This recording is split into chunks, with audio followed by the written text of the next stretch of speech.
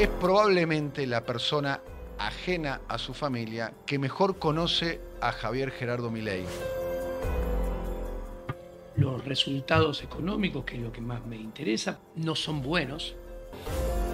El Javier Milei que yo conocí era buen tipo. ¿A vos te asombra ese aspecto violento de Milei? Vos que lo conocés con una profundidad que... No me asombra para nada. ¿No te asombra? Él como persona, adentro de un ámbito privado reducido, mano a mano, no es tan agresivo. Se come bastante los mocos. ¿Cómo? Se come bastante los mocos. Ricto, es bastante cagona. ¿Y Milei? Tiene probabilidad de no terminar en tiempo y en forma. ¿Conociste a Conan? Como tenía 10 meses. ¿Cómo estás, Diego? Bien, vos, buenas noches a todos en nuestro primer programa. Gastar, y gastar, y gastar, y gastar. Esa es nuestra regla fiscal. Yo le pido a Javier y a Diego que se presenten, ¿no? Presenten en sociedad. Javier. Bueno, yo soy Javier Milei, soy economista jefe de la Fundación Acordar. No seré famoso como economista, pero sí como rockstar. Sí lo nota.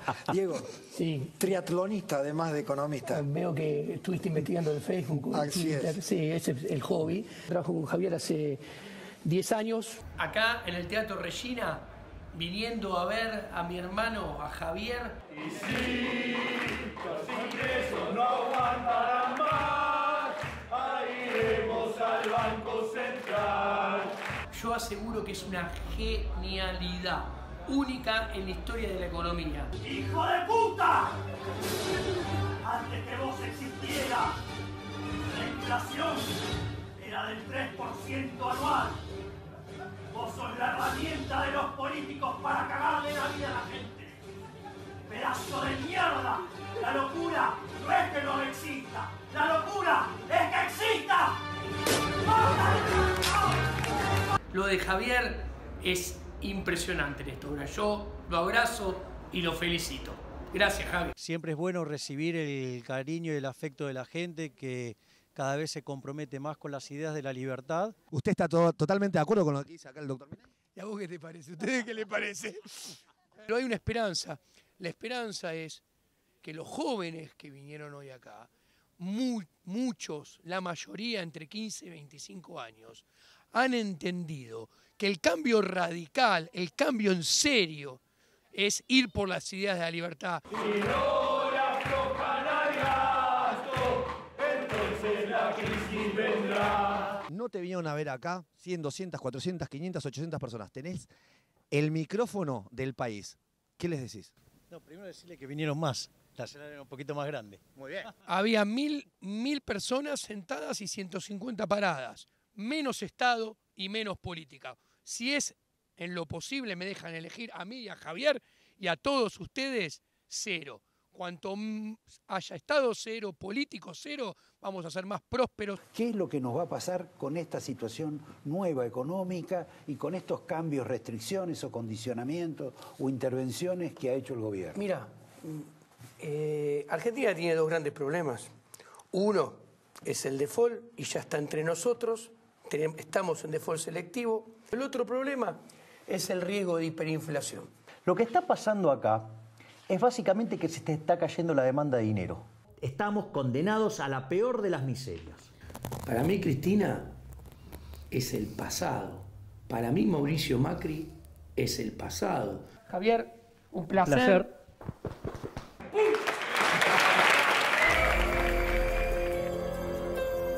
Diego Pablo Giacomini es economista y profesor en la Universidad de Buenos Aires, la Universidad Nacional de Córdoba, entre otras.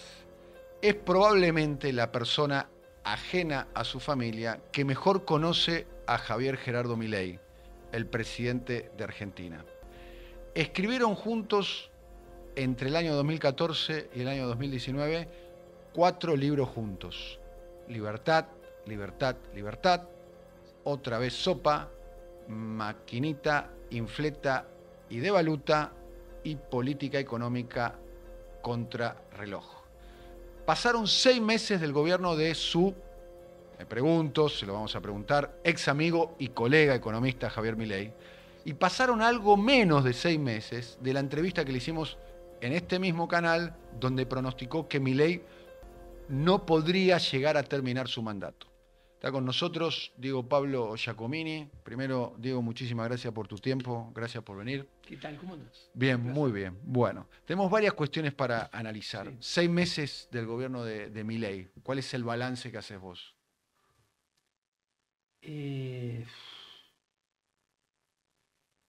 Para mí, los resultados económicos, que es lo que más me interesa, no son buenos porque el nivel de actividad Se desplomó. se desplomó hoy en Como día. si fuera una pandemia se desplomó además. No tanto, pero parecido. Pareció una pandemia sin pandemia. Exacto. Concretamente en Argentina, para que lo entienda tu audiencia resumidamente, la economía argentina se puede dividir en 3. Tenés un 5% de la economía que está creciendo en serio, que es minas, canteros y todo lo relacionado a petróleo. Petróleo, gas y minería. Exactamente, es el 5% de la economía. Después tenés un 10% de la economía que está rebotando estadísticamente Agro. el campo, porque está subsidiada estadísticamente por la mala sequía del año pasado. Bien. No es que al campo le está yendo bien, porque el campo, cuando miramos su competitividad precio-efectiva, o sea, sus costos de producción versus lo que genera vendiendo su producto, o sea, la relación de esas dos cosas, la rentabilidad, ha caído entre 35 y 40% según que mire, soja, girasol, trigo, maíz, carne. O sea, no está bien, pero pesa el 10% del PBI y está rebotando por la magia estadística de la sequía del año pasado. Pero no está creciendo. Bien. Y después, del otro lado, tenés 85% de la economía que está cayendo. Comercio, industria, ¿no? Comercio, industria, construcción e intermediación financiera. ¿Ok? ¿Qué es intermediación financiera? Bancos. Los bancos acaban de pagar mucha ganancia en mayo, que le va a permitir mejorar el resultado fiscal de mayo.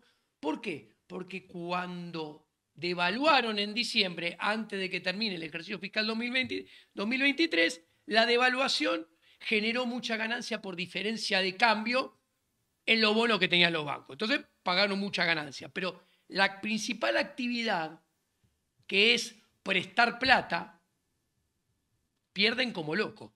¿Por qué? Porque le prestaban al gobierno a tasas negativas y ahora empezaron a prestarle al sector privado a tasas negativas también. Entonces, todos estos 4 sectores, que son todos generadores importantes de empleo, industria, construcción, comercio y todo lo que sea financiero, servicios financieros, están cayendo al 10, al 15, al 20, al 30%, según en el momento que mires. La caída es interanual, ¿no? Comparado al mismo mes. Comparado contra el mismo mes del año anterior, y comparado los primeros 4 meses de este año, o sea, enero, febrero, abril, el promedio de los primeros 4 meses del 2024, contra los primeros 4 meses del 2023. La caída es similar cuando comparo abril contra abril, como cuando comparo el primer cuatrimestre contra el primer cuatrimestre. ¿Qué quiere decir esto? ¿Qué? Que la caída no se detuvo. No se ha detenido. No se desaceleró. Exacto. Ahora, sí. Cuando comparás contra el mes inmediatamente anterior, sí. O sea, mayo, cuando ahora van a aparecer los datos de mayo, contra abril, vas a empezar a ver que vos tuviste en los primeros 4 meses una caída así. Y yo creo que ahora empezás a tener la pata de la L. Se estabiliza.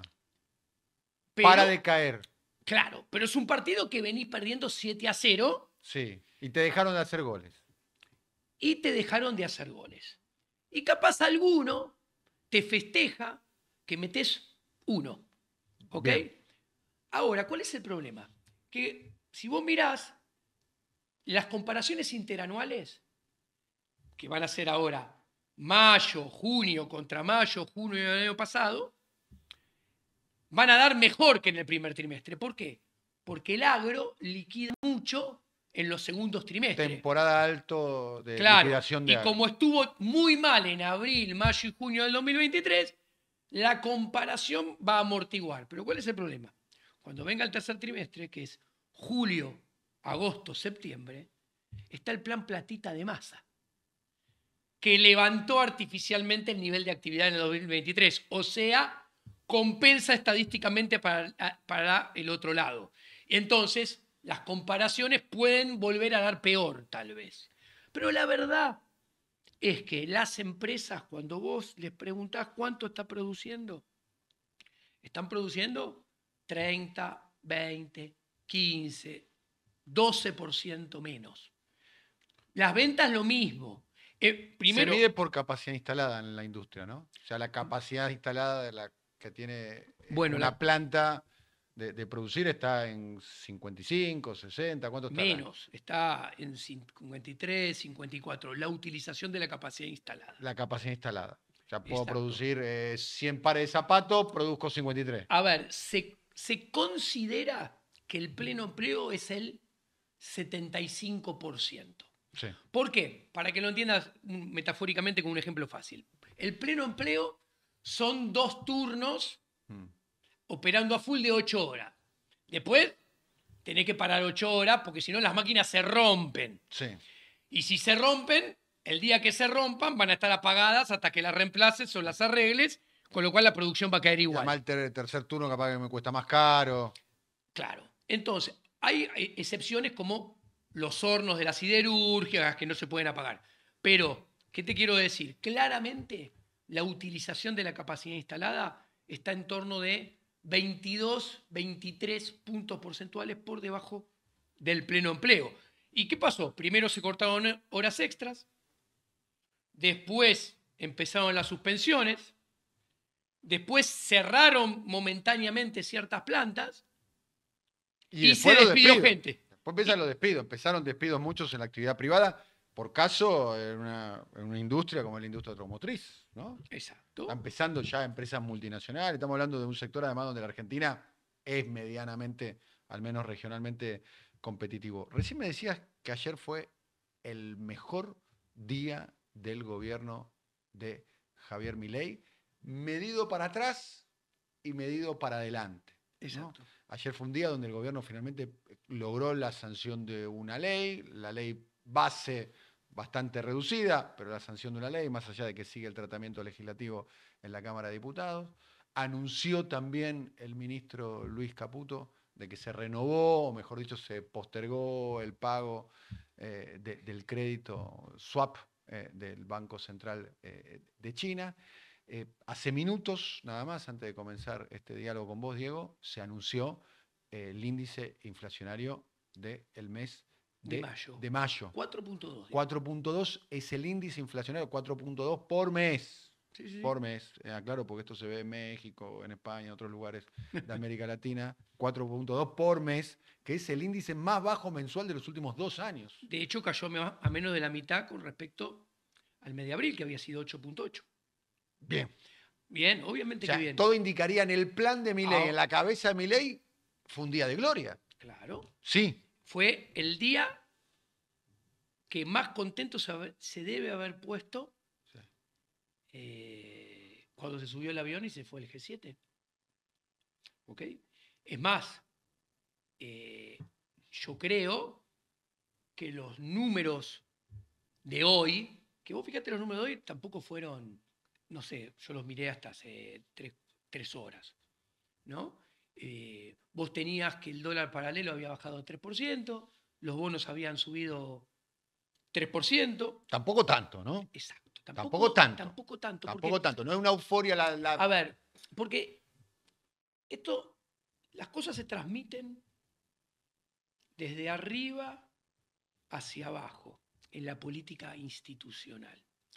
Y yo siempre una de las grandes críticas a Javier, nuestra primer pelea fue que yo le decía, estás cometiendo un error.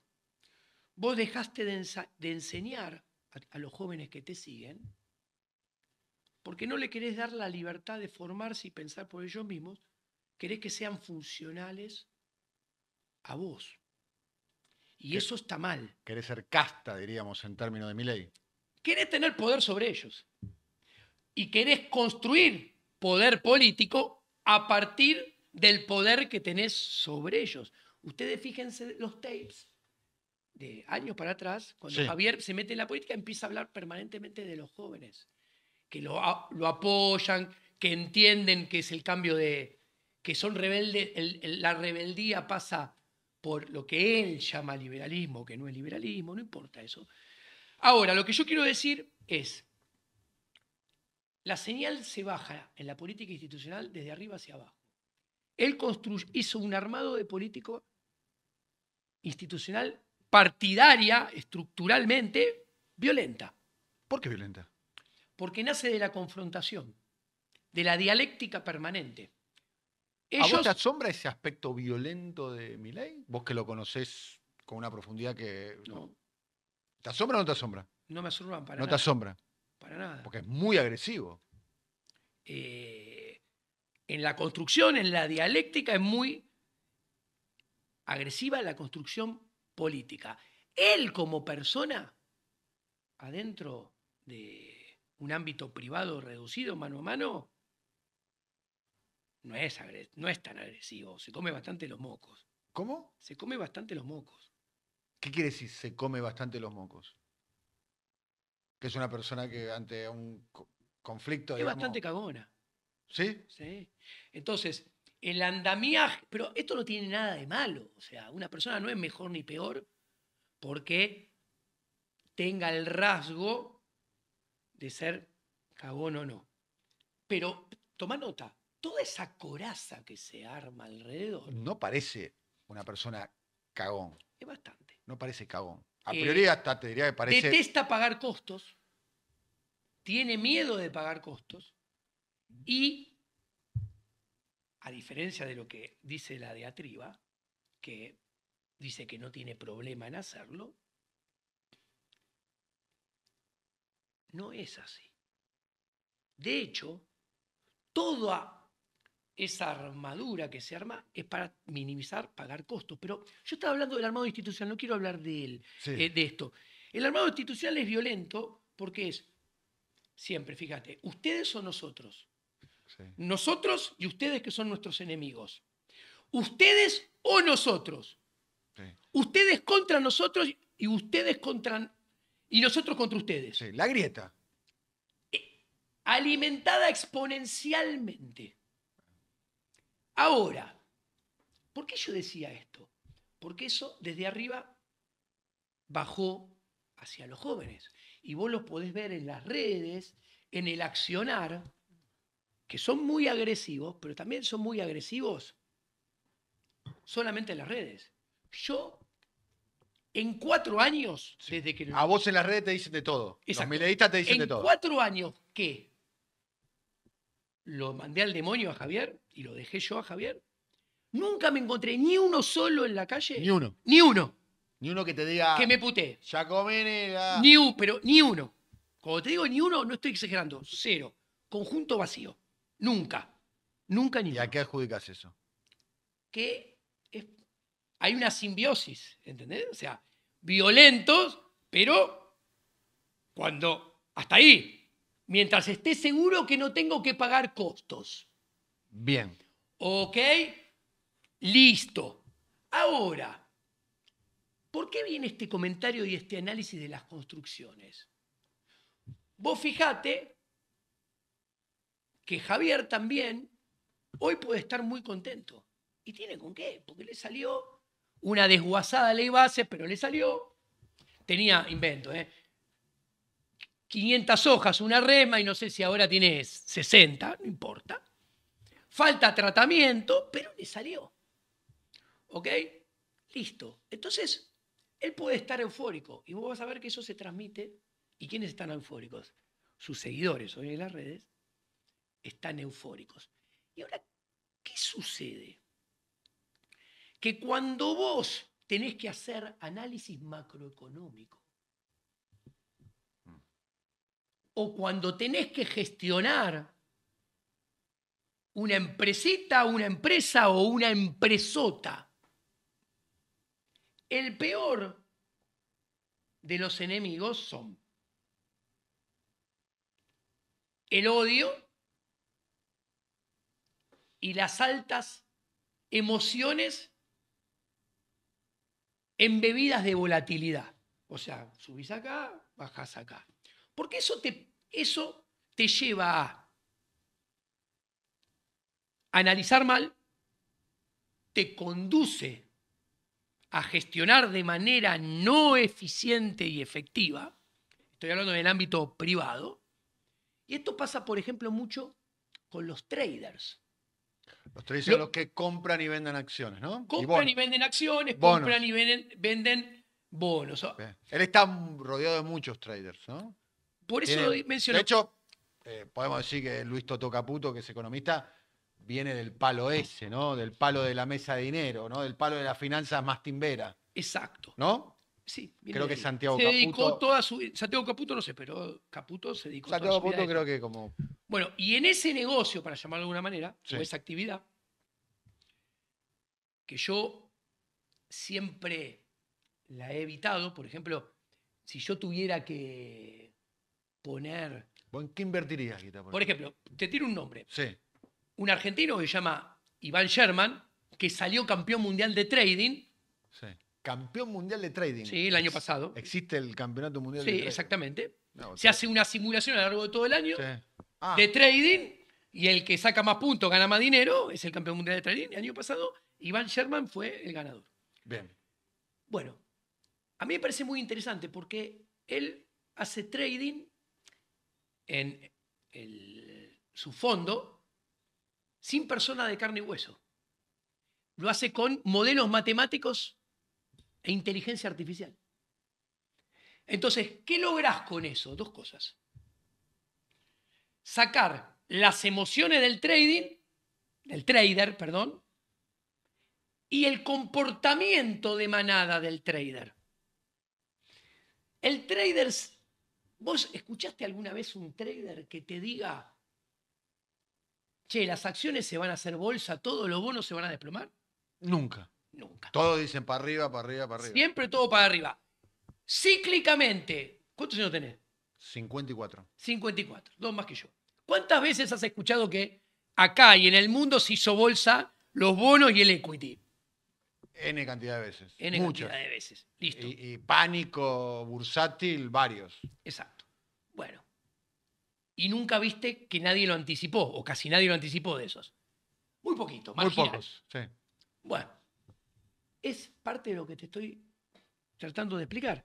O sea, emociones, comportamiento de manada, más intereses personales de que las cosas salgan de una determinada manera. Entonces acciono en función de lo que quiero, pretendo o necesito, o me conviene. En el boom Milei, llamémoslo, vos ves eso, ves mucho de eso. Todas estas cosas que estoy describiendo están presentes. La expectativa es determinante en la economía, de cualquier manera. Sí, pero la sabés que... expectativa, si vos generás expectativas a futuro de que va a suceder algo, sí, es bastante determinante. Ahora, si vos lográs a convencer a un conjunto importante de la sociedad de que algo va a andar bien, probablemente se genere, ¿no? la profecía autocumplida. Te pongo un ejemplo futbolístico. A ver, me gusta, bien. Pues de fútbol sé, de economía no sé.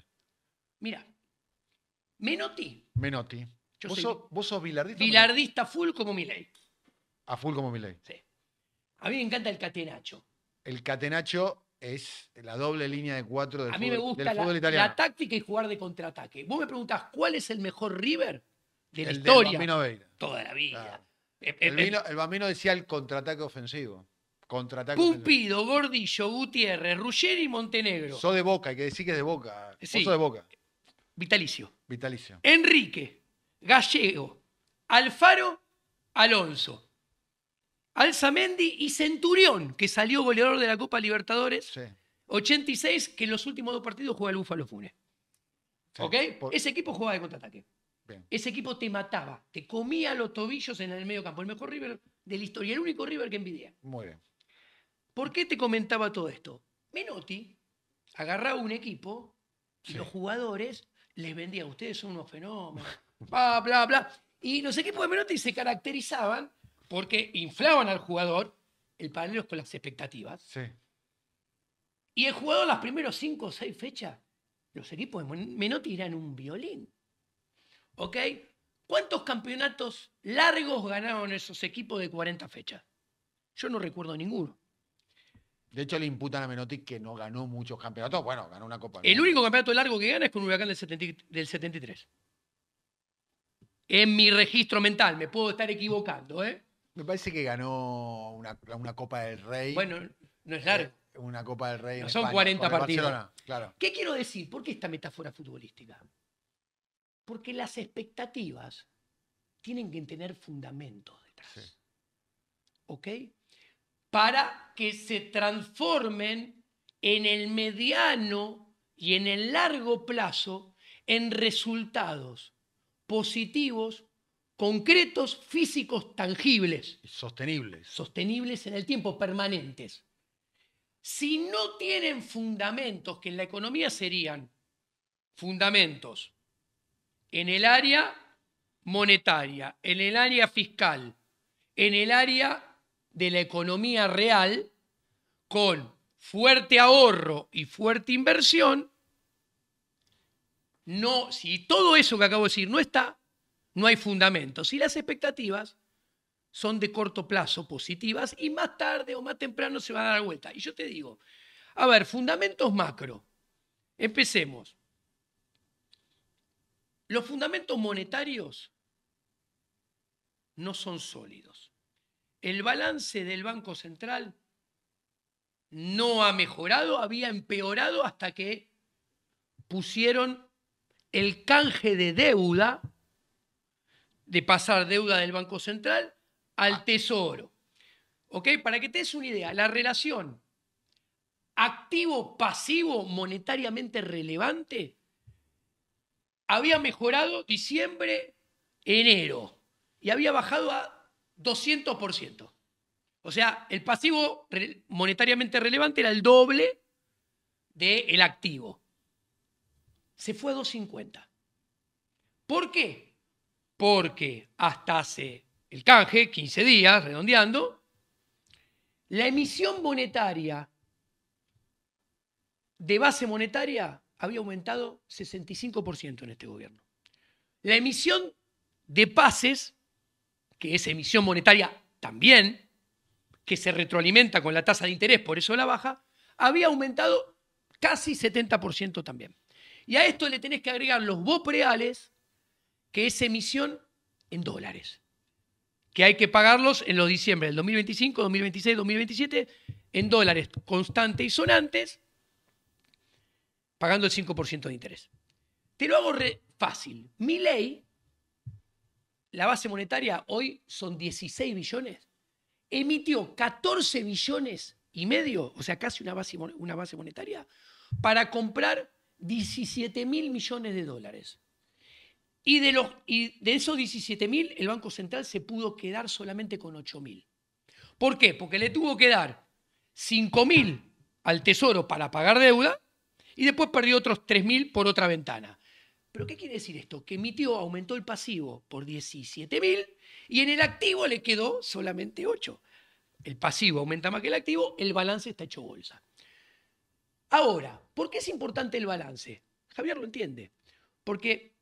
Y es importante en Argentina como en ningún otro país. ¿Por qué? Porque en Argentina no ahorramos en pesos, ahorramos en dólares. A ningún otro país le pasa que sus ciudadanos no ahorren en la moneda que emite ese país. En Brasil ahorran en reales, en Perú en pesos chilenos, en Chile en pesos chilenos, en Perú en soles, en Estados Unidos en dólares y en Europa en euros. Acá no ahorramos en pesos. ¿Y esto qué quiere decir?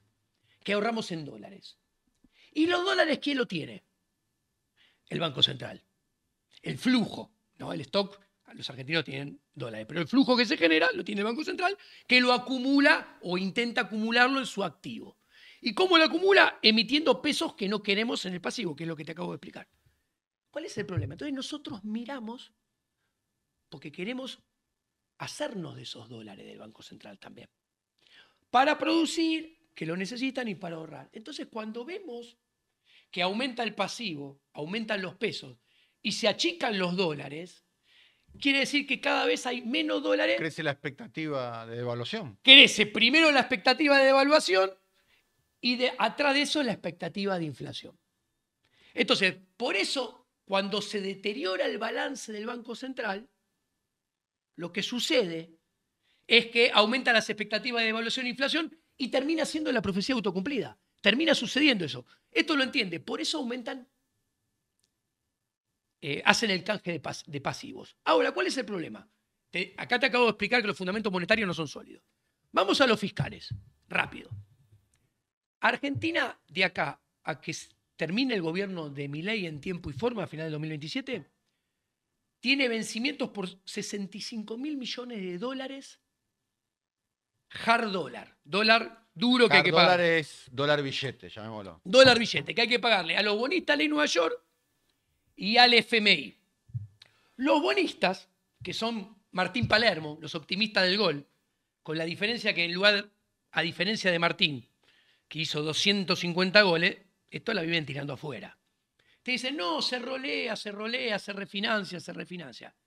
Mala noticia. ¿Por qué? Primero, porque los bonistas de Nueva York ya te refinanciaron.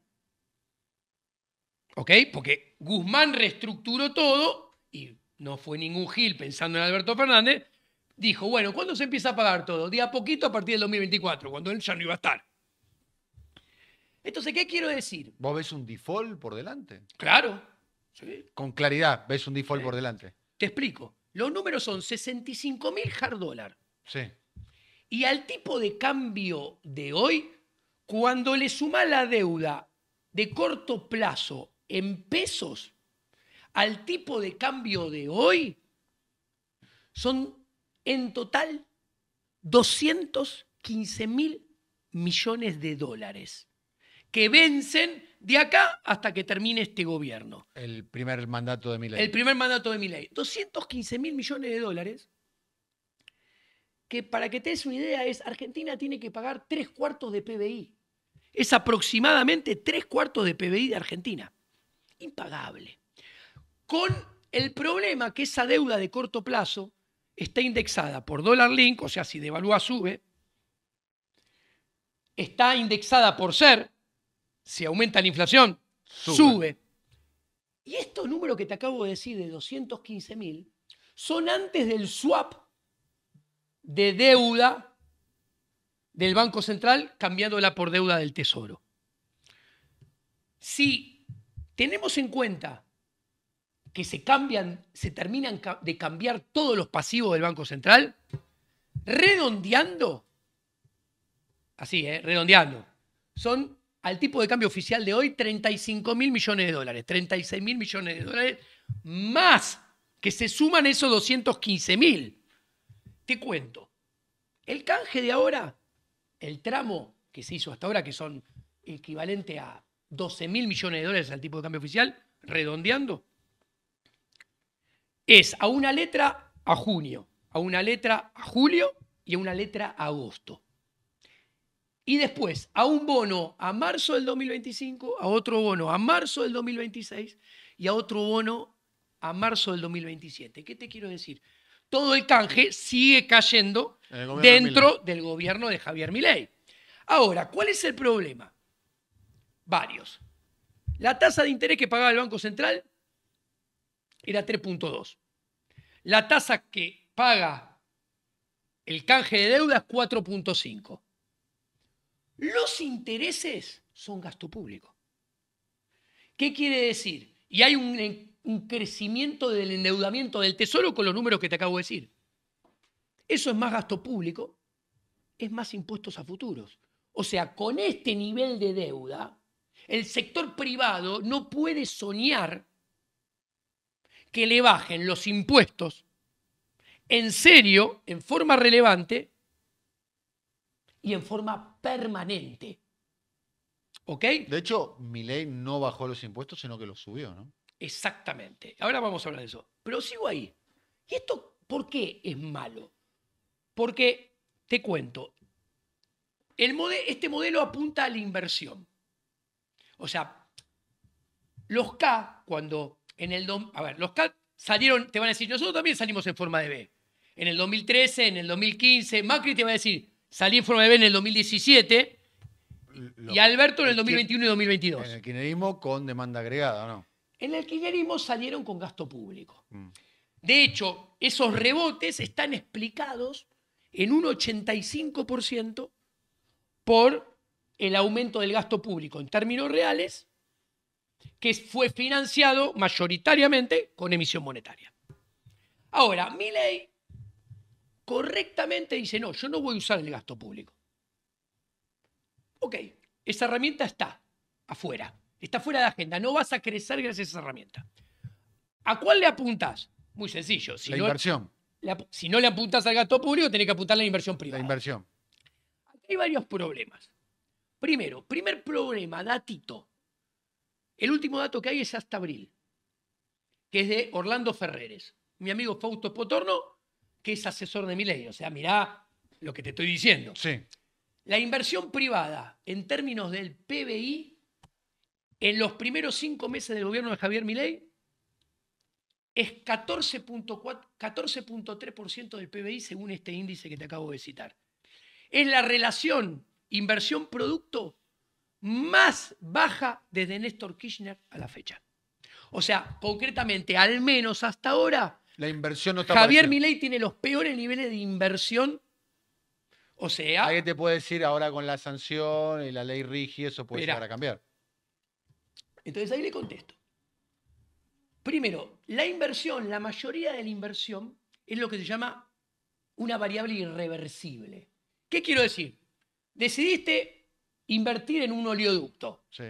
Contrataste gente, compraste lata, hiciste los caños, contrataste trabajadores, hicieron el pozo, lo taparon. Economía real. Economía real. Bien. Listo. Y la economía cae y no te contratan para pasar petróleo porque nadie quiere petróleo, porque el nivel de actividad es muy baja.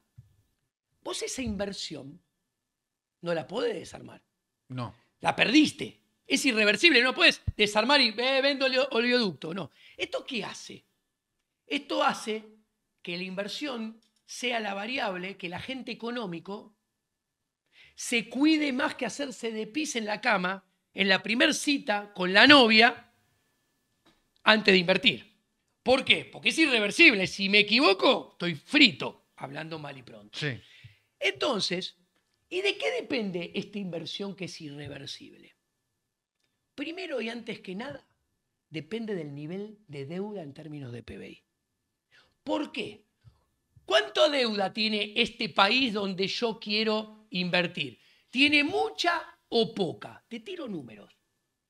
La convertibilidad se cayó con un ratio deuda-PBI del 60%. El día que se fue Massa, el ratio de deuda de Argentina era 83-84. Estamos a junio y la Secretaría de Finanzas, dependiente del ministro de Economía, Toto Caputo, no publicó el ratio de deuda sobre PBI. No lo quiere publicar, parece. Debe andar, no hice la cuenta finita, pero abro la ventana, saco el dedo y todos los economistas estamos hablando que debe andar en 130-135%. O sea, más del doble del nivel del ratio que tenía cuando cayó la convertibilidad. ¿Eso es producto de otra cosa, la devaluación? Eso es producto no. Y ahora, eso es producto de lo que hicieron todos los presidentes para llegar al 10 de diciembre en los últimos mandatos. Hipotecaron el país a futuro. Cristina Fernández de Kirchner, para llegar al 10 de diciembre del 2015, se comió 43.000 millones de dólares de reserva. Con su cepo, manteniendo el tipo de cambio, dilapidó 43.000 millones de dólares. Una barbaridad. Hipotecó el futuro, así tenemos el Banco Central hoy en día. Por culpa de ella. Listo. Después vino Macri, que no se quedó con chiquitas. Para llegar al 10 de diciembre del 2019, tomó deuda por 57.100 millones de dólares con el FMI. A pagar al siguiente mandato.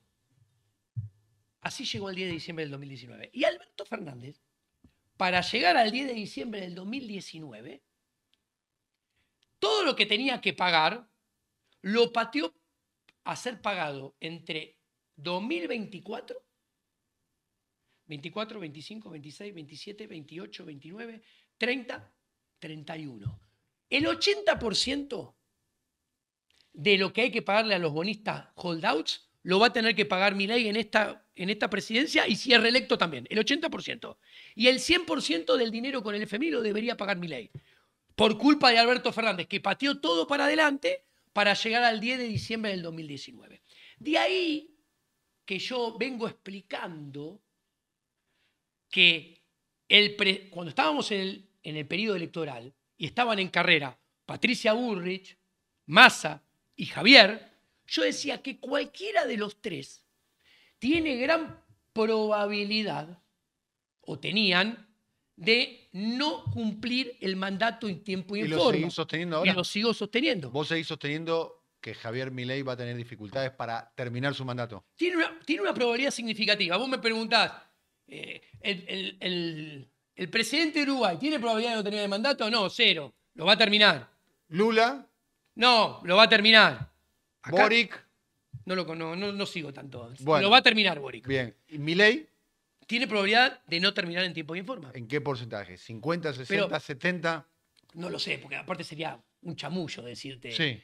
Un porcentaje. Pero ¿cómo no va a tener este riesgo si los tres presidentes anteriores llegaron de casualidad el 10 de diciembre? Porque cada uno pudo hipotecar diferentes cosas. Pero ahora la factura de los tres le llega a Javier. No tiene más nada para hipotecar. A ver, motivo de esta conversación que estamos teniendo, Diego, que dicho sea paso, hace tiempo que veníamos hablando de volver a hacer la entrevista, que tuvo mucha repercusión, la que hicimos allá por diciembre, el día posterior, la grabamos el día posterior a la asunción del presidente Javier Milei. Vos sos una de las personas que mejor conoce a Milei, probablemente la persona ajena a su familia que mejor lo conoce. Sí. ¿Estás de acuerdo? No tengo duda. Sí, es así. Sos la persona ajena a la familia Milei que mejor Yo lo conoce. lo veo y sé qué está pensando. Cuando dice mentiras, sé que está mintiendo. Cuando dice verdades, sé que está diciendo verdad. Se le nota cuando miente. Yo lo veo, yo lo tengo clarísimo. ¿Y cuándo miente? Se lo he dicho personalmente en un estudio de televisión, varias veces. Bueno. A ver, por ejemplo, técnicamente, te habla del ancla nominal, la importancia del ancla nominal. ¿Qué es el ancla nominal? Es anclar la cantidad de dinero nominal. La anclas no se mueve. Entonces, como el anclas y no se mueve, anclas y no se mueven las expectativas de inflación, que no se mueven y tienden a cero, con lo cual la inflación después baja. Y emitió 65% de base monetaria nominal y emitió 68% de pases. Te habla de la importancia de la tasa de interés vixeliana de la escuela austríaca. Y a partir de eso te dice, controlar la tasa de interés es lo peor que hay, es peor que Moreno, porque es controlar los precios presentes y controlar los precios futuros. Y su Banco Central no solamente controla y mueve arbitrariamente la tasa de interés, y lo hizo 6 veces, sino que la pone en umbrales negativos. ¿Y qué es una tasa de interés negativa? Un ano contra natura, contra la existencia del ser humano. Porque si yo te digo, vos tenés $100, Sí. yo te doy $100, vos decís, no, dámelos, te los cambio. Te lo devuelvo dentro de un año.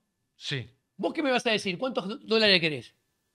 Sí, claramente. ¿Cuántos? ¿100 o más? No, 105, poner una tasa de interés. 105. ¿Por qué? 5%. Para que vean la naturaleza del ser humano. Y si te digo peso, tomá, dame los 100 pesos. Sí. Te lo devuelvo en un año. ¿Cuántos me pedís? Y depende de la inflación, no sé.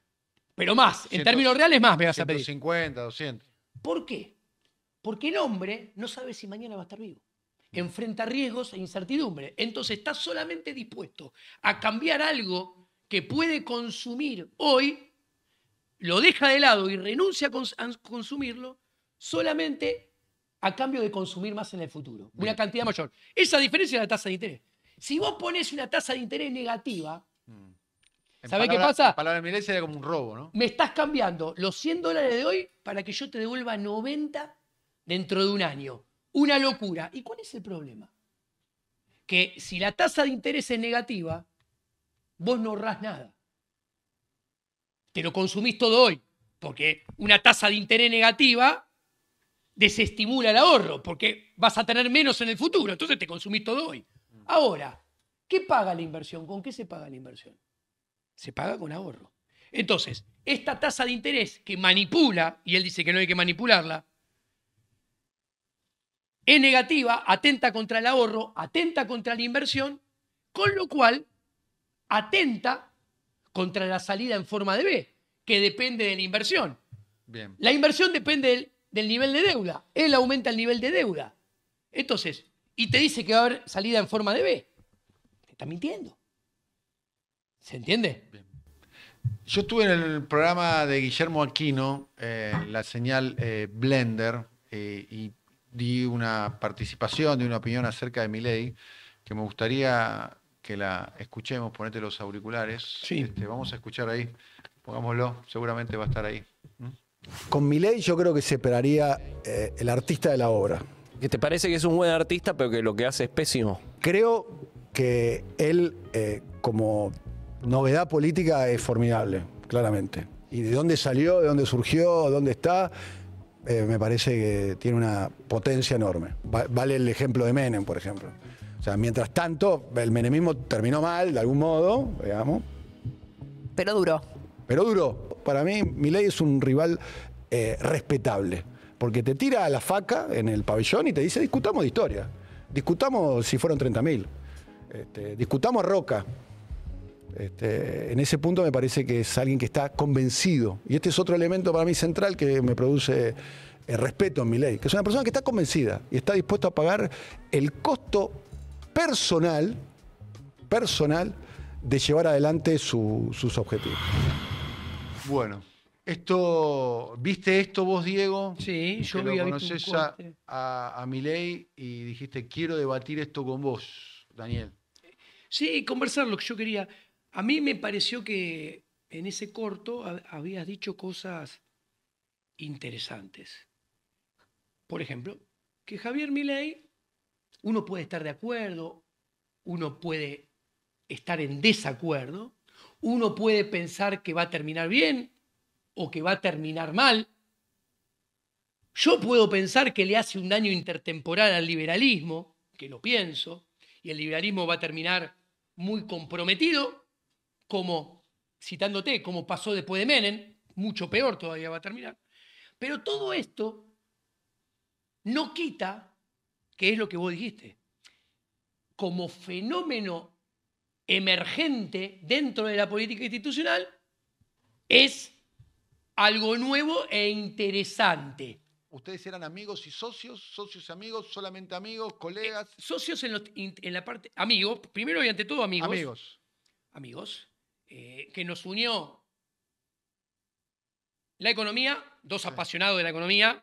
Con todo respeto, dos frikis, ¿no? De la economía, sí. De la economía, dos frikis, ¿o no? Exacto, sí. Vos eras, en la dupla, vos eras, lo digo con todo respeto, es una palabra que no utilizo yo, lo sabés que no utilizo, digo. Vos eras, llamémoslo para la gente, el loco, el más loco de los dos eras vos.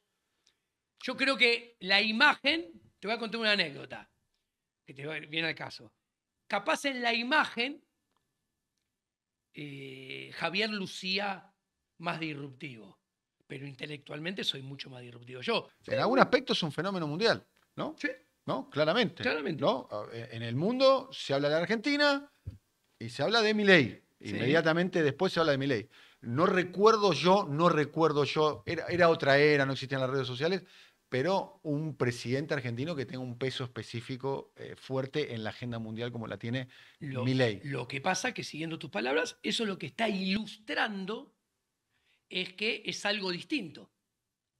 Y al ser distinto o lucir distinto, pasa a ser interesante. Esto lo cuento. Cuando Javier dice en vivo o en una entrevista, a mí en la vida los únicos que no me traicionaron son Karina y Conan. ¿Y Conan? Sí. Esa frase esconde lo realmente importante que está transmitiendo. ¿Qué? Él, desde su subjetividad, él está diciendo, pero lo oculta, porque nunca dice mi nombre. Vos, Giacomini, vos a mí me traicionaste porque te bajaste de la misión que teníamos juntos. Una misión, como cualquier misión de una asociación entre dos personas libres, que está siempre sujeta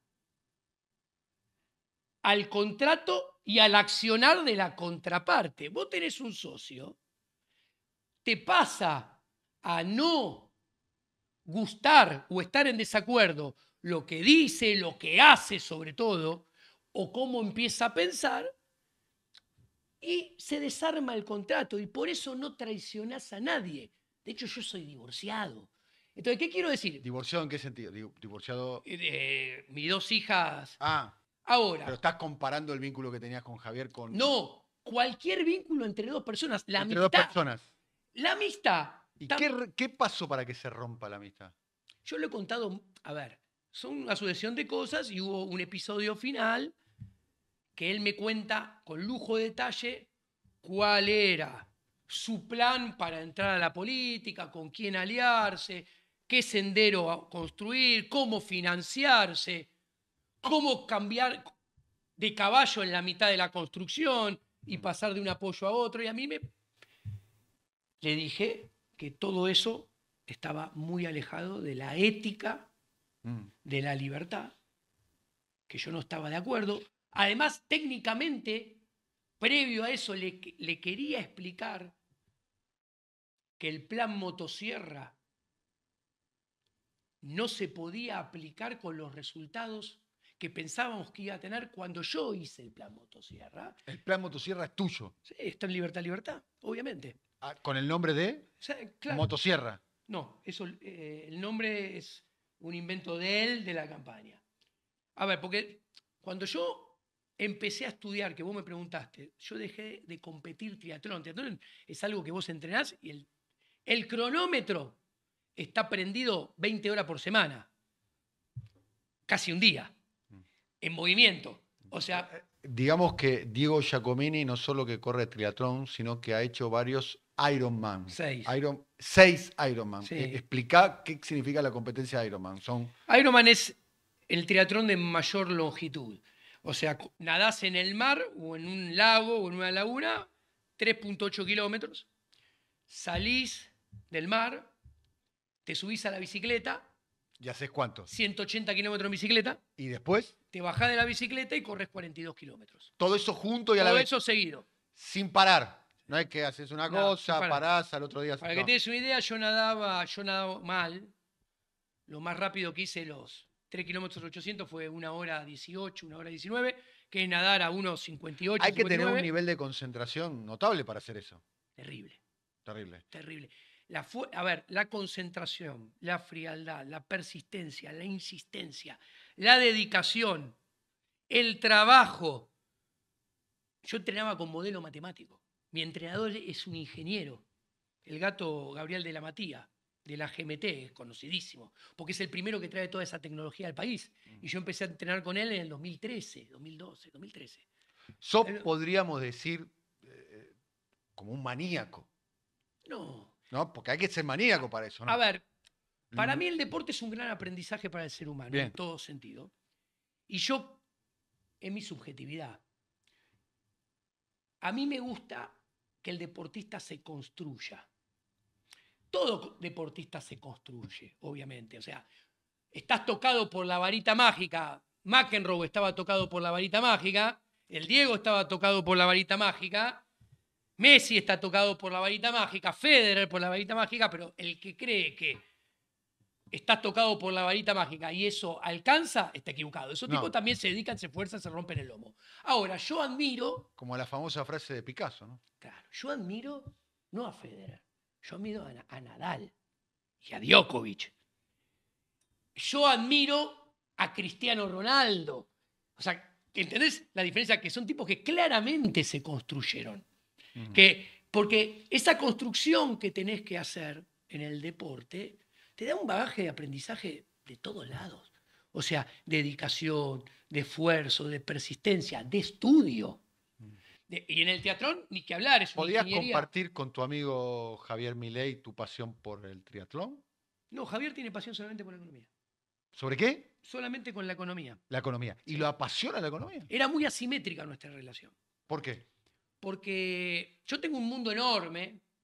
O sea, yo soy un tipo que fui federado al tenis, yo competí amateur triatlón, tengo más de 20 Ironman 70-30 y tengo 6 Ironmans completos, que yo te digo mis números nadando bastante mediocre porque tardaba 1 hora 18, pero después los 180 kilómetros en la bicicleta los hacía a un promedio de 32 kilómetros y medio y después corría los 42 en 3 horas 38, o sea, yo lo hice para un tipo que tenía 46 años, 47, 48, lo hacía en 10 horas 40. Otra diferencia que vos tenés con Javier es que vos armaste una familia, en realidad 2 familias, ¿no? Porque yo tengo amigos de la primaria, yo tengo amigos de la secundaria, yo tengo amigos de la universidad, yo tengo amigos del triatlón, yo tengo amigos de la vida, tengo 2 matrimonios, tengo 3 hijas, o sea, tengo relación con mis padres. O sea, yo compartí, listo, con mi viejo, somos los 2 vitalicios de Boca, yo compartí 30 años de platea en Boca y yo vi todas las finales de la Libertadores desde el 4-0 a Deportivo Cali en el 78 hasta la que perdimos contra Corinthians en el 2012. Todo con mi viejo al lado. Y mi viejo no pude caminar más. Ibas con Milei también, ¿no? Tenían platea con Milei, ¿o no? Él del lado de enfrente. Vos lo hiciste bostero, ¿no? No. Ahora no es más bostero, ¿viste? Porque está Riquelme. Bueno, eso es algo muy interesante. Es decir, ¿Por qué? A mí me parece una cosa delirante que una persona cambie de equipo por... Obvio que es... ¿no? Además se supone que casi que... Pero ¿no? esto es una construcción muy interesante. Cuando yo lo conozco del 2005, cuando Messi no era Messi todavía, él, 2005, 2006, 2007, discusiones grandes tuvimos, porque los 2 apasionados del fútbol, él decía que Messi era mejor que Maradona con los números del 2006, 2007. ¿Quién decía eso? Javier. Ah. ¿Sabe por qué? ¿Por qué? Porque odia a Maradona porque Maradona es comunista. Claro. Y es drogón. Bien. ¿Qué te quiero decir? La dialéctica de por qué se hace de River. ¿Ahora es de River? Lo dijo. Dijo que quiere que... ¿Desde qué? Lo dijo. Pompilio trajo a Riquelme de vuelta, a ese Riquelme, y cuando Riquelme es presidente, él quiere que gane River cuando juega contra Boca porque está Riquelme. O sea, por su odio hacia una individualidad, hace un overshooting, un salto y se pone de la vereda contraria. ¿Esto qué marca? Que el utilitarismo, o sea, un determinado fin utilitarista, está por arriba de la ética y de tus convicciones más profundas. ¿Se entiende? Y eso va contra la esencia del liberalismo, porque el liberalismo, primero y ante todo, y arriba de todo, es una cosmovisión del ser humano que se ubica debajo de un paraguas de ética. Entonces, y el utilitarismo es condenado cuando vilipendea la ética. ¿Me entendés? Es muy dogmático, Javier, entonces. Dogmático. Se lo ve muy mesiánico y es algo que vos venís alertando. Bueno. Hay un rasgo de mesianismo. Él en algún momento te comunicó de que recibió algún tipo de mensaje divino de que él estaba predestinado a ocupar lugares importantes. Esa mirada tuya. Esa mirada tuya yo te voy a contestar, no voy a hablar de esas cosas privadas de Javier, yo voy a decir, de un conocimiento popular, cuando el río suena, agua trae. Cuando el río suena es porque piedras trae. Exactamente. Te contesto con esa metáfora. O sea, cuando yo te pregunto si Milei se siente de alguna manera predestinado por algún mensaje de carácter divino, porque se lo ve muy mesiánico. Es muy mesiánico. Es muy mesiánico. Es muy mesiánico. Es delirantemente mesiánico. Punto. No estoy revelando nada. No, es algo que estamos observando todos. El pequeño detalle es que vos sos una de las personas que, El otro día dijo en público que venía como Terminator, del futuro, sí, como Terminator. sí. Y capaz en una entrevista se le escapa que también viene del pasado. ¿Vos pensás que Milei cree de sí mismo que es un viajero del tiempo entre el futuro y el pasado? Investiga, hacer periodismo de investigación. ¿Y cómo se hace para investigar el pasado? Que es muy difícil. ¿Cómo llegar? Pero, a ver, yo he ido mucho a terapia, ¿no? A lo largo de mi vida, me gusta. El ¿Haces mesianismo. terapia, haces psicoanálisis? He hecho, sí. Psicoanálisis, Sí. ok, sí. Con José. José con X, es mi psicólogo. Bien. ¿No? Ok. Le mando un saludo, si me ve. Ibas mucho a terapia y a qué viene. No me lo En imagino. diferentes momentos del tiempo. No, el mesianismo Mm. anida en todos los mesiánicos alrededor de la historia, anida en problemas que se arrastran desde muy pequeños, Sí. muy anidados en lo profundo, en la casa matriz, en la casa de los padres, en la Sí. relación con los padres, en el día a día con los padres. ¿Vos los conociste a Beto, Milei, y a la madre que no recuerdo el nombre? Ay, ¿cómo se llama la madre? Bueno, Yo soy no muy importa. malo para los nombres. Ok, bien. A Norberto, es más, yo puedo contar algo, así como te puedo decir, mirá, el rol que tenía yo, que te conté lo de los 4 libros, Sí. los nombres, a mí, lo voy a contar porque es algo que está bien, y ya lo conté una vez. Cuando Javier hacía el teatro, viene Norberto, El padre. y la madre, a mí, llorando. Y me dicen, ¿Te van Diego, a ver a dónde? a la salida del teatro, cuando Javier está en el teatro, me vienen, yo estaba en la vereda, vienen, quiero hablar con vos, me dicen. ¿Qué? Me dice, Diego, escuchá lo que te voy a decir, sos el único que lo podés lograr, me dicen. Javier, lo venimos a ver todas las obras que hace, no nos recibe, no hablo con él. Me dice, ayúdanos, queremos volver a hablar con Javier, queremos volver a tener relación con Javier. Los padres. Los padres me lo piden a mí, no sabemos qué hacer. Karina nunca lo pudo lograr. Así que sos en nuestra última... La escena es Milei con su hermana Karina haciendo una obra de teatro. Estamos hablando en el año... Y yo subí al escenario, me pedía año 2019. 2019 estábamos presentando Libertad. Año 2019. Año 2019. Hace 4 o 5 años, 5 años. atrás, hacía una obra de teatro, con todo respeto, marginal, ¿no? Una obra de teatro importante, ¿no? A mí me parecía divertido lo que hacía. Está muy bien. Yo lo apoyé y... Vos lo acompañaste en esa iniciativa. Y los padres iban todos los días a ver la obra de teatro. Iban todos los días que había función, creo. Sí. O la mayoría. A los solos efectos de que Milei los... No, a verlo porque era el hijo y sabían que no lo iban a poder ver, que no les hablaba. Entonces, me acuerdo como si fuera la verdad. En un bar, era Santa Fe, Talcahuano, una cosa por el estilo. Sí. Me dices, Diego, venimos a pedirte algo. Sos el único que podés lograr. Mirá lo que te voy a decir. Karina nunca lo logró, no pudo. Karina hacía la obra de teatro también, ¿no? No, nunca pudo. Pero hacía la obra de teatro, participaba. Sí, obvio. Nunca pudo lograr que Javier volviera ante nosotros. Y digo, ¿nos puedes ayudar en ese sentido? Le digo, mira, Norberto, lo voy a intentar. No te puedo prometer nada porque depende de Javier, no depende de mí. Pero yo te entiendo. Yo soy padre y debe ser terrible no poder, hace 10, 12 años, no tener comunicación, no hablar, no poder comer con tus hijos, etcétera, etcétera. Entonces me acuerdo que era 2019 porque estábamos presentando Libertad. Fuimos a Bahía Blanca, fuimos a Mendoza, fuimos a Rosario. Y yo utilizaba el avión para hablar de este tema. En el avión le decía a Javier, dejate de joder, no te pido que seas amigo. Pero tienes 78 años, se van a morir capaz a la vuelta de la esquina. Volvé a tener relación con ellos. Y yo lo convencí. Y el que organiza el reencuentro soy yo. Entre Javier Milei y los padres. Porque él públicamente, cuando se refería a sus padres, se refería como mis progenitores. Es más, es interesante. Sí, ya sé que se refería así.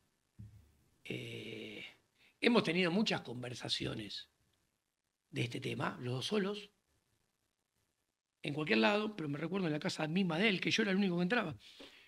Y le dije, Javier, vos tenés que entender algo.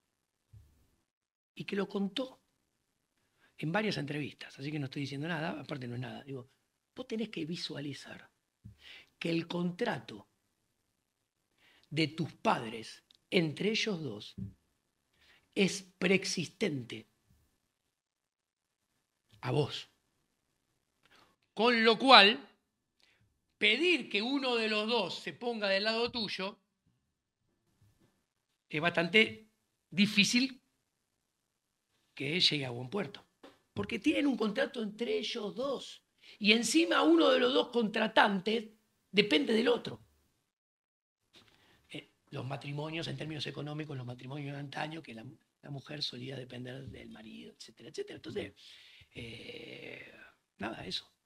Pero... ¿Conociste a Conan? Sí. Cuando tenía 10 meses. Y Conan era como un hijo, digamos. Conan era divino. Divino. Sí, Conan era divino. ¿Qué característica tenía? Estás utilizando el tiempo verbal. Pasado. Sí. Porque hay todo un debate público alrededor del tema. Es una raza que en promedio vive 8 años. 10, si está muy bien cuidado, como era el caso de Conan, porque Javier se desvivía. El Javier Milei que yo conocí, lo digo siempre, era buen tipo. Okay. ¿Cómo? Era buena persona. Era. Acá estoy hablando en pasado sin juicio de valor, porque no hablo con él desde el 2020. ¿Y qué pasó desde el 2020 acá? Se metió en un nido de víboras sucias, que es la política institucional. Y el poder político y el dinero de la política cambia a las personas. Y como no hablo con él, no interactúo con él, no te puedo. Estoy hablando en pasado simplemente porque estoy hablando de un recuerdo de mi relación con él desde el 2005 al 2020. No porque lo haya dejado de ser. No lo sé. Ya podemos profundizar un rato sobre ese tema. Pero lo conociste a Conan y era muy importante en la vida de Milei, Conan. Obvio. Lo adoraba. Y el tema de se preocupaba. A ver, Conan tenía masajista. ¿Entendés? ¿Cómo? Conan tenía masajista, pero porque no es nada importante. Lo digo porque para mostrar el amor que fue capaz de darle Javier al perro. A su perro. Porque los que dicen que Javier es insensible, conmigo nunca lo fue. Diego, con los perros tampoco. Ahora, con todos los demás, nunca vi a nadie que le cueste más. ¿Que le cueste más qué? Interrelacionarse con la gente. O sea, pareció una manera, está en condiciones de mostrar afecto con Conan. Vos sentías que como amigo también te mostró afecto, cariño, digamos. Teníamos una relación muy asimétrica porque yo te conté, yo tengo amigos de la primaria, de la secundaria, sí. de la ¿Y vos eras el único amigo? Entonces, yo con él compartía mi mundo económico, nada más. Claro. O sea, yo soy muy deportista, no compartí el deporte con él. A mí me gusta viajar, irme de vacaciones. Al presidente le gusta viajar también. Mucho que viaja. El presidente viaja muchísimo. Bueno, yo te hablo... Le gusta viajar más que a vos, me parece. Sí, yo te hablo del... Te digo, en cualquier momento viene y visita la Argentina. Te pongo un símbolo. Sí. ¿Por qué viaja tanto, Milei? Yo tengo mi lectura. ¿Cuál? Cumplen 3 funciones. El viaje. ¿Cuál? 1, evadirse.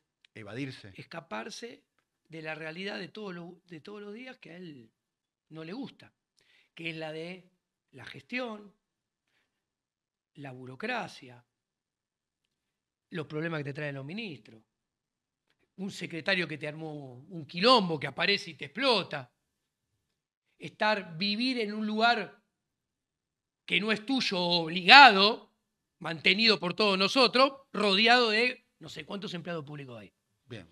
Que sabés, se publica quién entra, quién sale. Bien. El tipo que vos, Olivos, es un tipo que para mí No porque esté Javier, siempre que vaya Olivo. Es un tipo que no piensa correctamente, porque queda escrachado en una planilla estatal que después se puede utilizar para cualquier carpetazo. Bien.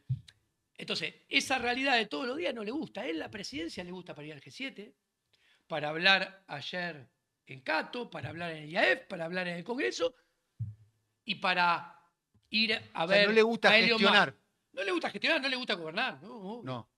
¿Y los viajes para qué lo hace? Entonces, el viaje lo saca de todo eso. Para evadirse. El viaje, escucha, el viaje lo saca de todo eso. Después, el Javier que yo conocí es un tipo que él lo ha contado, bastante ermitaño, le gusta estar solo. Le gusta estar solo. Sí. Bueno, cuando viaja, eso le devuelve lo que tuvo la mayor parte de la vida que yo lo conocí, puede estar encerrado en la pieza de un hotel solo. Encerrado en la pieza de un hotel solo. Exacto. Y el viaje le da esa perspectiva. Es el segundo elemento. Y el tercer elemento es que le infla el ego y le alimenta el mesianismo. Porque. La foto con Elon Musk, ¿no? Con la foto con lo del de Google, ¿no? Exactamente, son todos los campeones mundiales de los empresarios prebendarios, ¿no? Porque Elon Musk hizo su fortuna de la mano de contratos con la NASA de Estados Unidos, ¿no? Empresarios, claro. Empresarios. Vende. ¿Empresarios tuya o de él? Empresario, el término empresarios. No, me parece que es de él. Es de él. Pero igual no es original de él porque es bastante usada, o sea. ¿Cómo compatibilizás que vos lo definís como un buen tipo a Milei y su política que tiene visos de mucha crueldad? No sé, por ejemplo, que no se distribuya alimentos en los comedores, que se haya dado de baja a programas de reparto de medicamentos oncológicos. ¿Cómo se compatibiliza lo que vos definís, porque lo conocés, no lo estoy poniendo en duda, como un buen tipo, una buena persona que aplica ese tipo de política? ¿Cómo? Emana de un error intelectual grosero. ¿El que estoy teniendo yo? No, eso que contás de esos recortes o esas... ¿Mi modo de analizar? No. Javier... ¿Entendés la naturaleza de la pregunta? A ver, repetímela. La naturaleza de la pregunta es, vos lo conocés, yo no lo conozco, Sí. vos lo conocés. Vos decís, para vos es una buena persona, un buen tipo. El que yo conocí hasta el 2020, sí. Un buen tipo. No, después no tengo noticia. ¿Cómo No es que haya dejado de compatibilizás esa persona que vos definís como buena persona y que aplica políticas que son muy inhumanas, muy brutales, ¿no? Porque, por ejemplo, dejar sin medicamento oncológico a una persona que está llevando adelante un tratamiento en esa instancia es una decisión no de buena persona, digamos. Tiene varias pautas, A ver. varias puntas. Primero es un dogmatismo. Tengo que bajar el gasto público, tengo que bajar el gasto público, tengo que bajar el gasto público. El error intelectual es que lo baja en forma errada. Y te lo muestro muy sencillo. Las provincias el año pasado cerraron con un déficit fiscal de 0.5% del PBI. ¿Ok? Y el gobierno nacional un déficit fiscal 10 veces más grande. 5.2. ¿Estamos de acuerdo? Listo. Las provincias gastan en justicia, policía, salud y educación. Los maestros, los médicos, las enfermeras, los colegios, los hospitales, el policía, los patrulleros, las motos, los jueces, los juzgados, la secretaría de juzgados. Si te querés divorciar, todo eso está pagado por los gobernadores, ¿no? Y tienen déficit de 0.5% del PIB. Y hay 11 provincias que también pagan sus jubilaciones. Que entre ellas Santa Fe, Córdoba y provincia de Buenos Aires, o sea, las más grandes. Bueno, provincias gastaba, con el último dato del año pasado, 16 puntos del PBI. ¿Y ahora? Y Nación, del otro lado, gasta 23% del PBI. Bien. Si yo te digo que provincia gastaba todo eso, ¿y en qué gastaba? Y Nación gasta más, pero no en lo que gasta, nada es de eso. Está claro que el recorte tiene que ir por Nación. Y los gobernadores, que son unos flores de atorrante, no lo voy a defender, Bien. con manos bien porosas, Bien. tienen que acompañar, pero el grueso del recorte tiene que estar en nación, no en provincia. ¿Cuál es el problema? Que no puede haber recorte importante con este sistema de gobierno. Porque si vos tenés 2.300 municipios, con 2.300 intendentes, con 2.300 consejos deliberantes, lleno de empleados, lleno de sueldos, tenés después 24 poderes ejecutivos provinciales, con 350 ministerios. Después tenés 24 congresos provinciales, más todos los juzgados provinciales, y después todo en nación. Nunca puede haber un recorte como él planeaba de 15 puntos del PBI, porque ¿sabés qué pasa? El recorte está fuera de tu alcance. Y además, ¿qué sucede? Equivocadamente, le piso toda la plata a los gobernadores, y esto se lo traté de explicar. Entonces, ¿qué hace? Y los gobernadores entonces le cortan la plata a los intendentes. O sea, la segunda coparticipación de nación a provincia, de provincia a municipio. ¿Qué sucede? ¿Qué te hace el gobernador cuando no recibe la plata? ¿Qué te hace el intendente?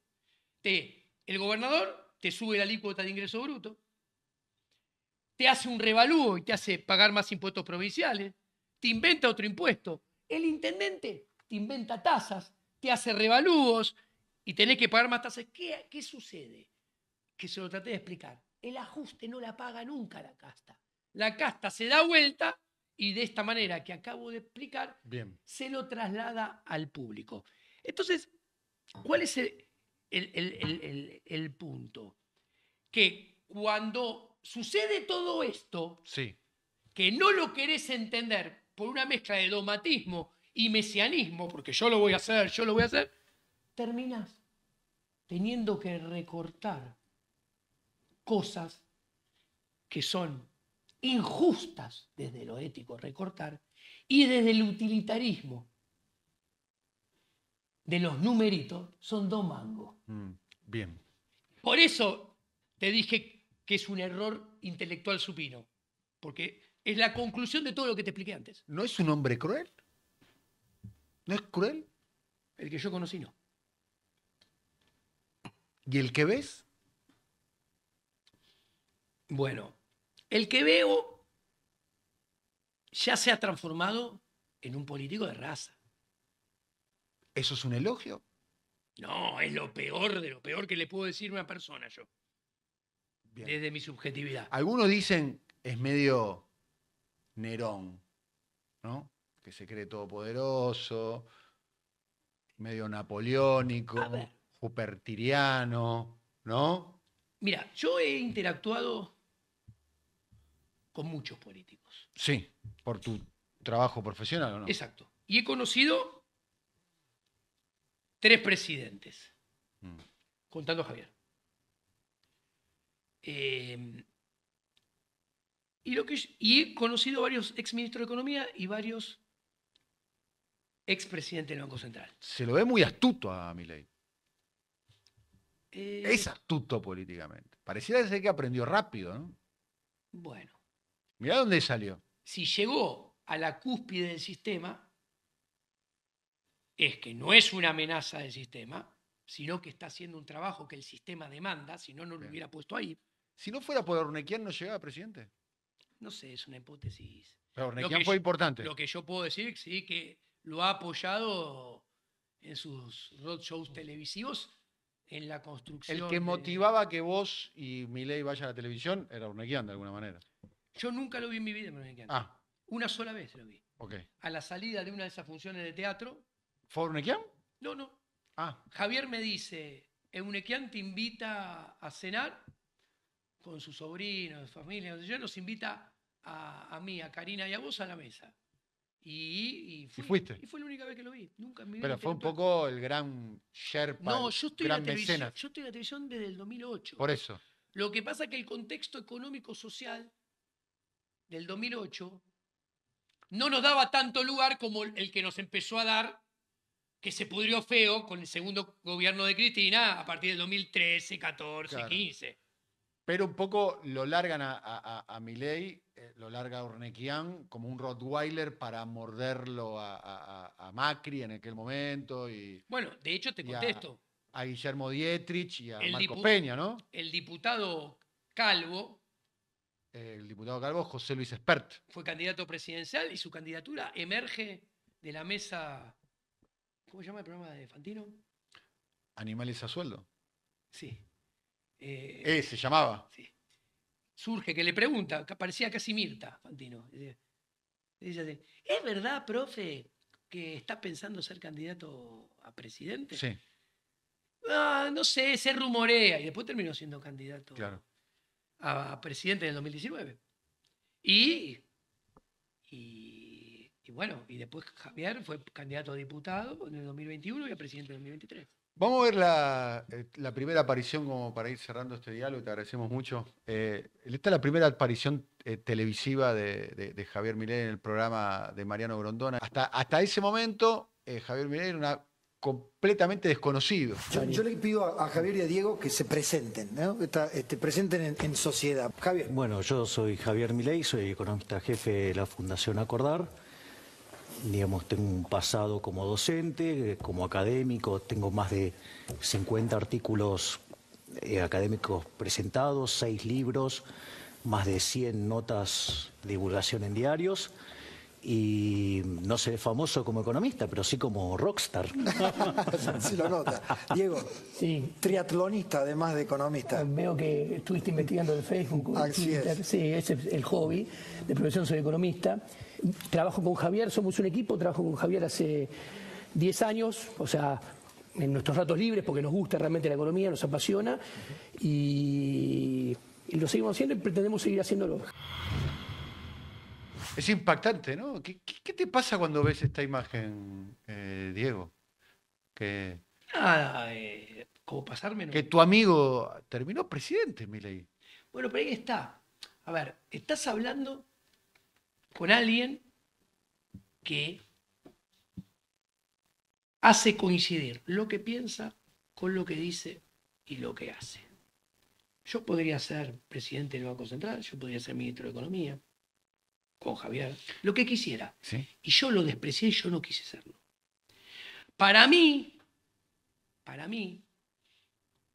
cualquiera que opere, trabaje, genere riqueza debajo de la ética de la propiedad privada, tiene muchísimo más valor que un político institucional. Y es mucho más importante para la sociedad que un político institucional sea presidente, ministro, diputado, senador, gobernador o intendente.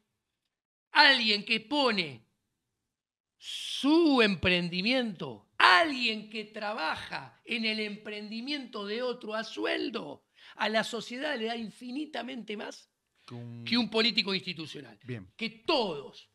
De ahí que verás que no valoro ningún puesto de la política. De hecho, los deploro todos y se los digo en la cara, en serio. Ha pasado en varios programas que entra uno, salgo yo y entra el otro, y a la salida cuando sacamos el micrófono soy bastante violento con ellos porque los desprecio profundamente. Entonces, y es más, hasta además, en términos de desafío, en términos éticos, es muy superior todo lo privado. ¿Por qué? Porque vos hacés y obtenés tu retribución después de haberle dado algo al prójimo, que el prójimo lo elige voluntariamente, lo paga voluntariamente estableciendo un contrato de verdad con vos. Estos no son ningún representante porque no hay ningún contrato entre ellos y nosotros. Cuando decís estos, Todos los políticos. Todos los políticos.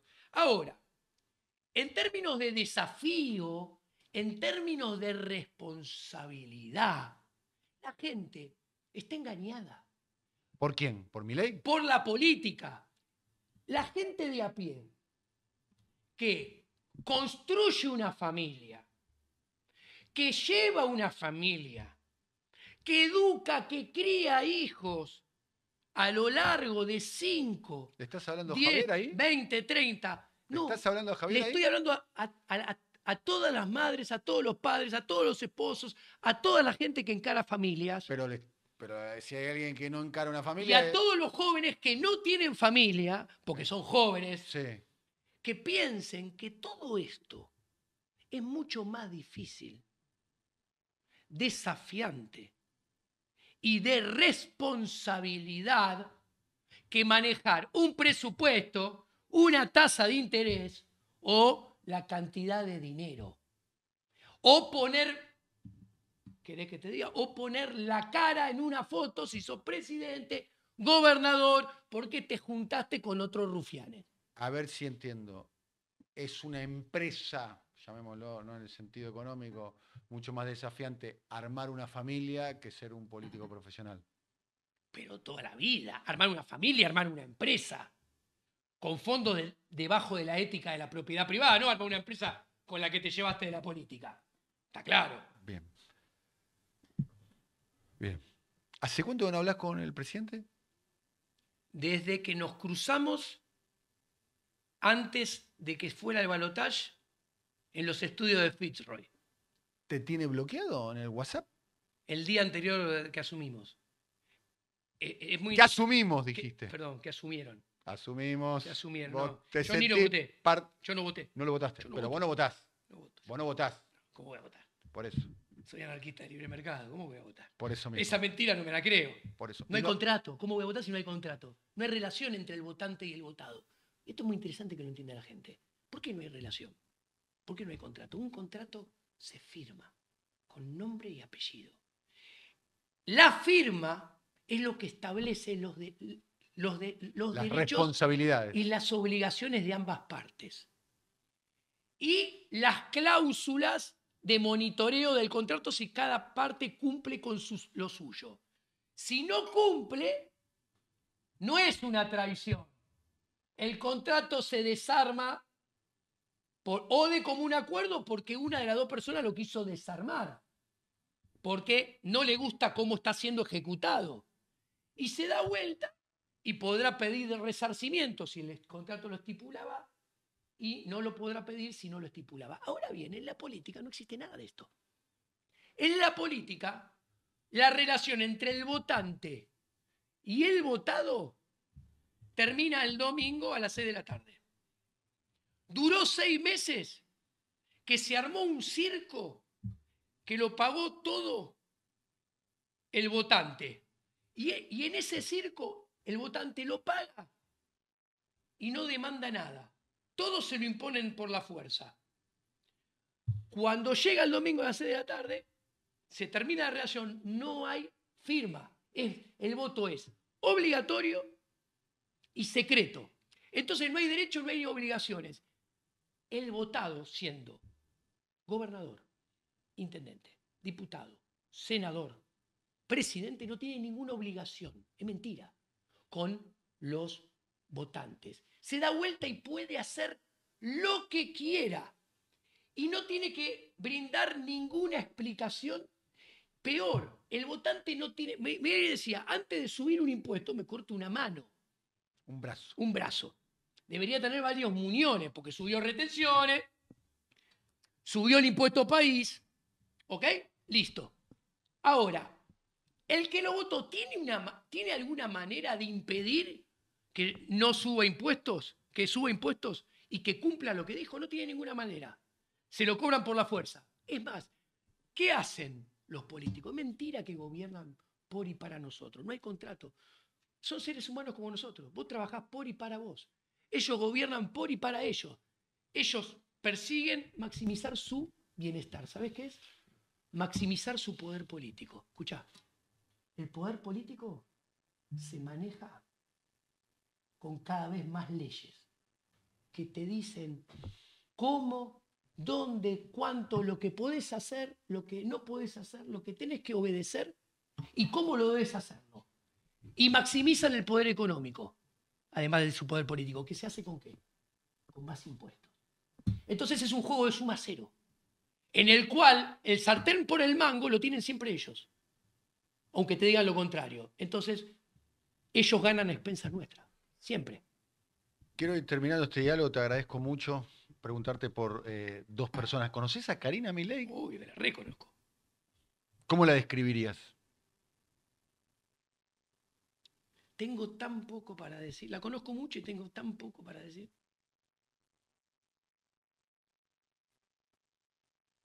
Esa es tu respuesta. Sí. O lo que tenés para decir, no lo querés decir. No.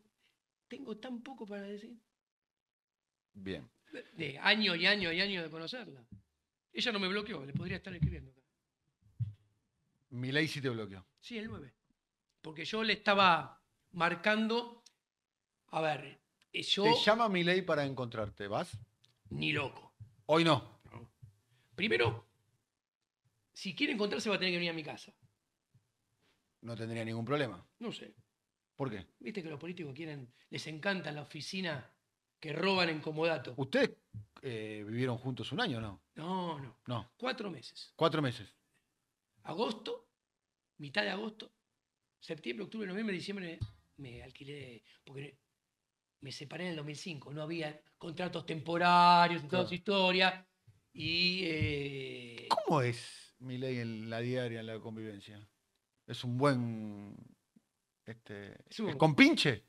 Conmigo sí, porque, a ver, nosotros compartíamos el fútbol, el rock and roll, los dos fanáticos de Boca, los dos fanáticos de los Rolling Stones y los dos fanáticos de la economía. Así que temas para hablar había. Había. ¿Vivía en un departamento grande, chico, pequeño? Estas son cosas. No importa.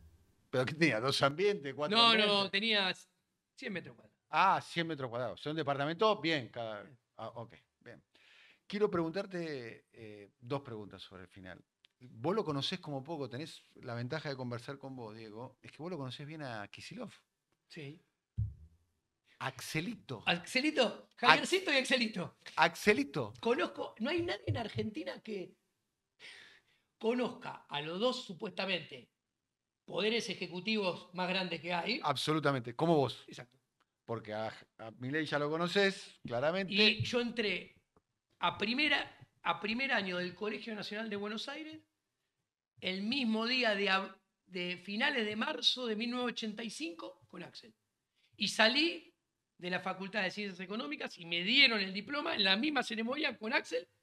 Entramos juntos a la carrera y salimos juntos también de la carrera. O sea, hicieron toda la secundaria y toda la universidad junto con Axel.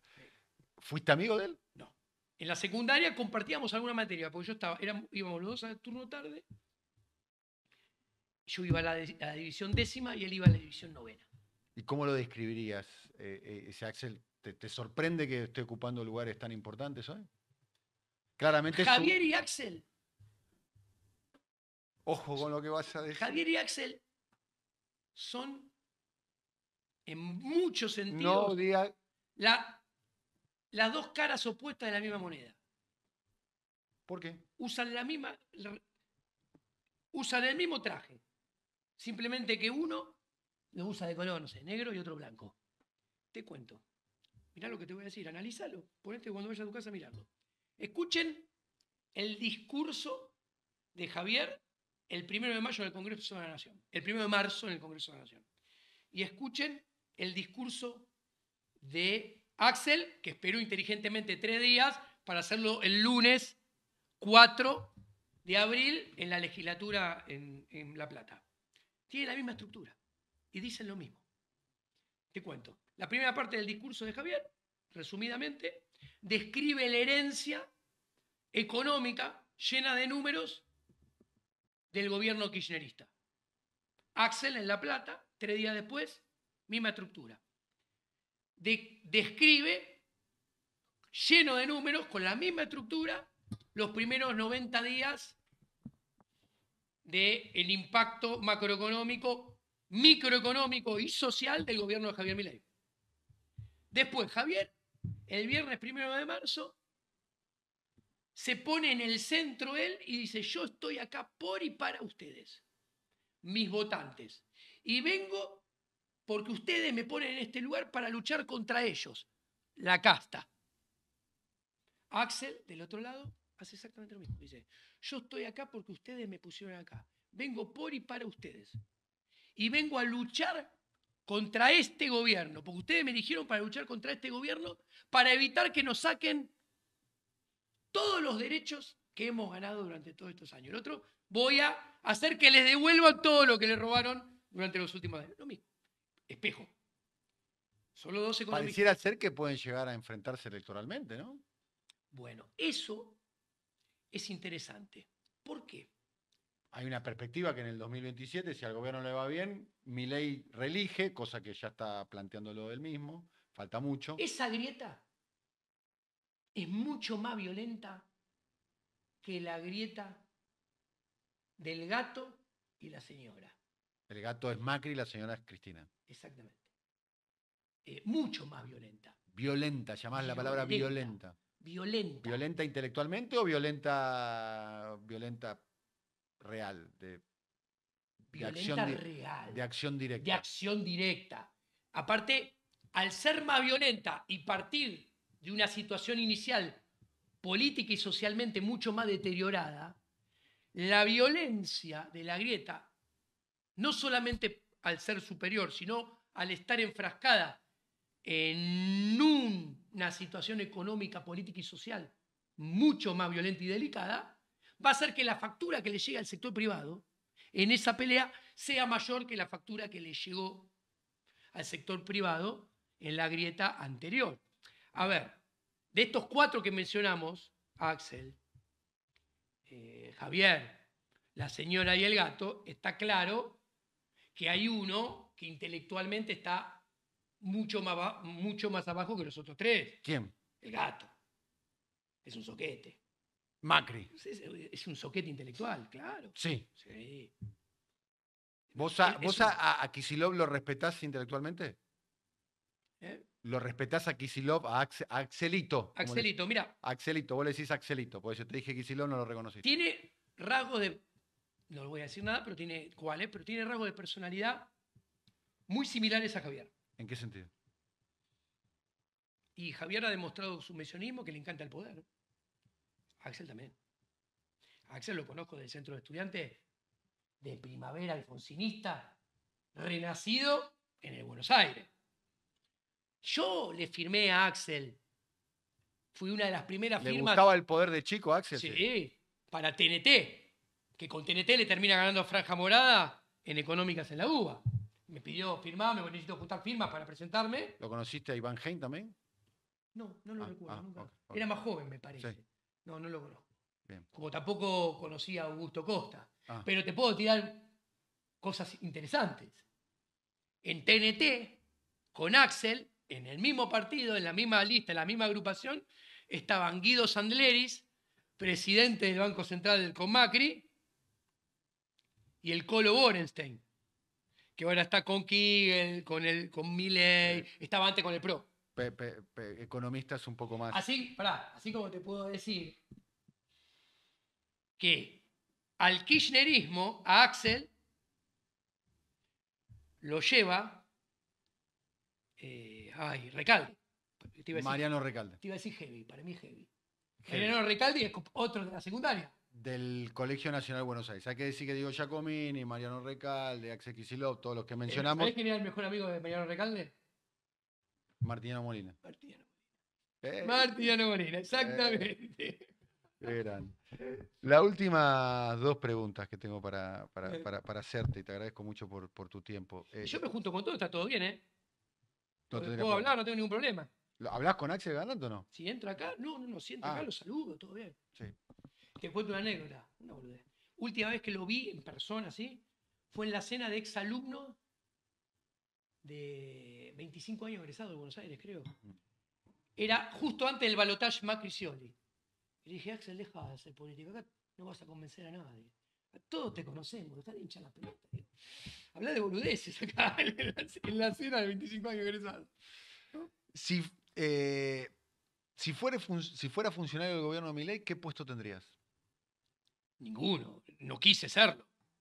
¿Pero te llamó a él para ser funcionario o no? Si te Yo me voy en el 2020, a ver, yo decido cuando siempre vos sos lo que quieras. Es más, me dijo, podés ser ministro de Economía y presidente del Banco Central. Las 2 cosas juntas, ponemos en uno de los cargos a otro. Javier, el análisis macroeconómico nunca lo hizo. Siempre consumió el mío. Bien. De punta a punta desde que nos conocimos, porque él nunca hizo macroeconomía. Nunca hizo análisis macroeconómico aplicado al análisis sectorial de empresas. Yo hace 25 años que laburo de consultor y conozco y me he relacionado con empresas de todos los sectores, de todos los tamaños, conozco a lo largo y a lo ancho toda la economía argentina. Y por último... Y él fue ayudante mío de cátedra en teoría monetaria. Cuando lo veo hablar de clase de dinero en el IAEF, por ejemplo, me pongo malo. Nunca me contestó porque sabe que prende el ventilador. Está mal lo que dice Milei acá, está mal lo que dice Milei acá de teoría monetaria. Él nunca te va a contestar a vos, ¿por qué? No, me contesta pero no me nombra. Ah, porque el día que te menciona, ¿qué? Se mete en problemas. ¿Por qué? Porque sabe que intelectualmente si prendo el botón, lo meto en muchos problemas. Y sabe que yo sé muchas cosas. Vos me preguntás cosas personales de Milei, yo te dije muchas. No.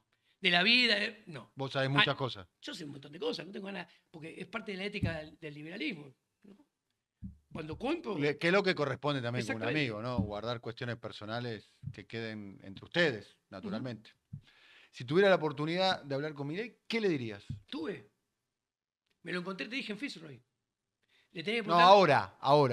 ahora. Te llama por teléfono, ¿qué le dirías?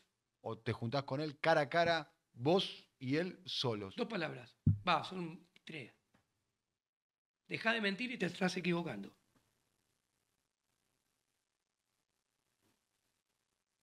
Muchas gracias, Diego. De nada. Un placer.